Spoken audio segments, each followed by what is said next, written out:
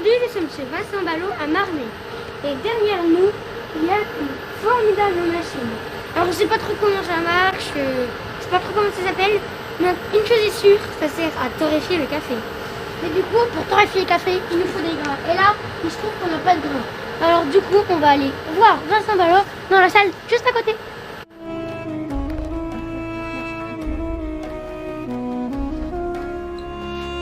Bonjour Vincent.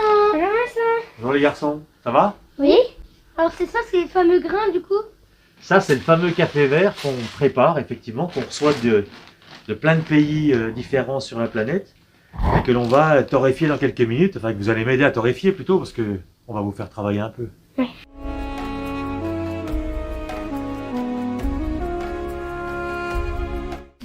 Alors donc tous ces grains de café ils viennent d'où là? Mais en fait là vous êtes au milieu de la planète café parce que tous ces sacs là viennent de pays différents et on peut faire un tour du monde en quelques minutes. Il y a aussi bien des sacs du Honduras, d'Éthiopie, d'Australie, des îles du Galapagos. Voilà, on peut faire un tour du monde comme ça en quelques, pas en 80 jours mais en 80 secondes. On peut vraiment voyager partout dans le monde autour de la planète café. Et pour aller récolter tous ces cafés, vous avez fait un tour du monde?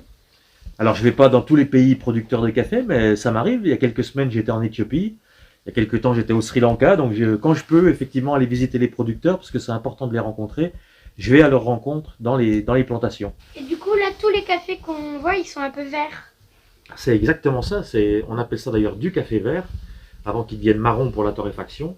Quand on récolte le café, il est en cerise rouge. Ensuite, on enlève la pulpe autour du café, autour de la cerise. Et à l'intérieur, on a des grains de café, des noyaux de café qui sont verts. C'est ce que l'on voit ici et c'est ce qui va nous permettre de les torréfier. Ok, bah du coup là, on va voir comment on le torréfie. Du coup, on va partir à la torréfaction et vous allez torréfier avec moi. D'accord. Donc là, on est devant le torréfacteur.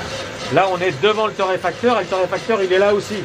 Donc c'est moi le torréfacteur et la machine c'est aussi un torréfacteur. Donc on est deux torréfacteurs en fait. Tu vois la température elle est en train de monter là. 95 tu vois, oui. 195. On va attendre que ça. Soit à 100 c'est ça? Peut-être sera 200. 200. Ouais. On t'es prêt Oscar? On va pouvoir lancer la torréfaction. 3, 2, 1, c'est bon. Vas-y, continue. Ouais. Parfait. Tu peux lâcher.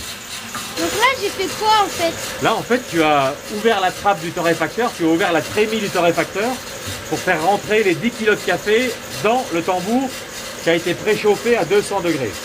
Et là, la cuisson du café commence à se faire, la torréfaction commence à débuter. Okay. Et là, maintenant, on va suivre les différentes étapes de la torréfaction, les différentes couleurs de torréfaction. Au début, le café est vert, comme ceci. Avec des arômes plutôt de légumes, de petits pois, Ouais, mais ouais, ça sent le petit pois. Ça sent le petit pois un petit peu au début. Oui. Et à mesure que la cuisson va se faire, ça va changer de couleur et ça va développer certains arômes. Ouais. Et là, vous allez pouvoir sentir. Attention. Ça, c'est un peu différent de tout à l'heure. Ça sent le pain grillé. Ça, on sent le pain grillé, absolument. Ça sent les tartines du matin. Après ces notes de pain grillé, on aura des notes un peu de brioche, tu verras. Et il y a un moment, on va commencer à entendre le café qui va craquer.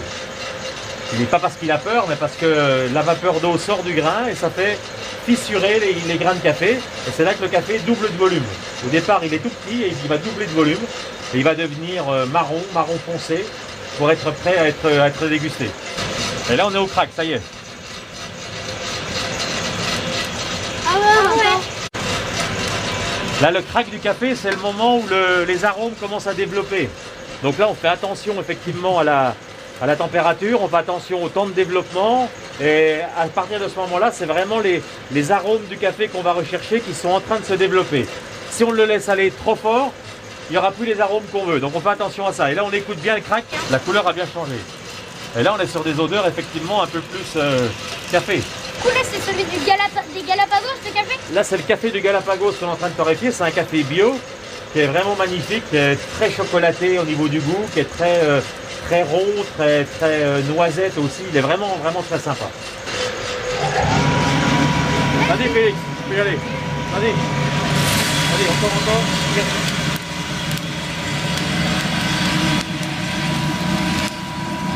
Bravo, t'as bien travaillé. Tu as sorti ta première broche de café torréfié. Ça sent le grillé, ça sent le café. Ça sent super bon. Bon, maintenant qu'on a torréfié le café, on va aller le mettre en vente au magasin Lagrange. D'accord. Ok. Ok? Allez, c'est parti. Allez.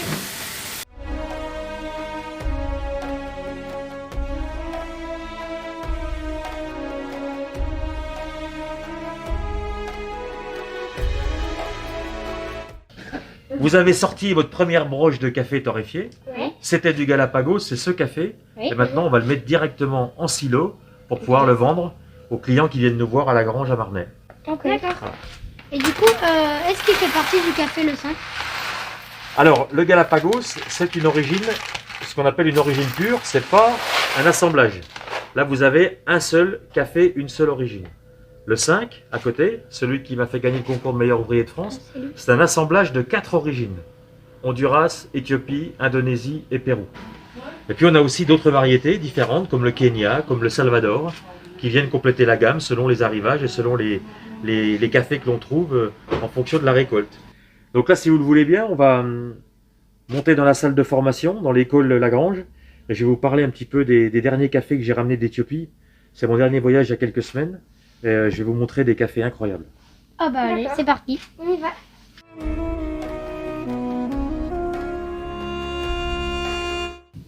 Bon, ce coup-ci c'est du sérieux là.